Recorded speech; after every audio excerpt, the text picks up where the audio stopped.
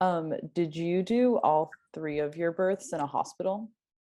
I did. Yeah, I did. I have one of my closest friends did two of her births in her apartment in New York City. And so it's so interesting hearing about the differences, in our experiences.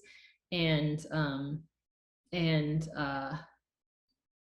yeah, yeah. And I think it's in a lot of, I know in some European countries, like when a midwife goes to their house and and they give birth at home with a midwife, and they have really great maternal outcomes and neonatal outcomes and stuff like that. So I think being able to, for low risk pregnancies, being able to provide that as an option is really important. For people to be able to do that with a well trained midwife, a low risk pregnancy, and everybody being well educated on when the person would need to transfer to a hospital and stuff like that. So I think when I first heard about home birth, it sounded like, oh, what a terrible idea. But then you realize like other countries do it and they do it really, really well. And we probably need to support midwives a lot more than we do currently in this country.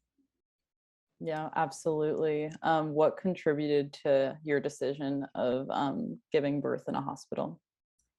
My mom is an OBGYN nurse. And so I think, we always grew up knowing what could go wrong in labor and delivery. And that was like sort of our dinner time conversation.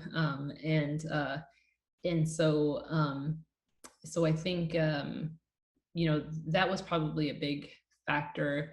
And I think if there were, yeah, that was probably a big factor. But I think it's let me see.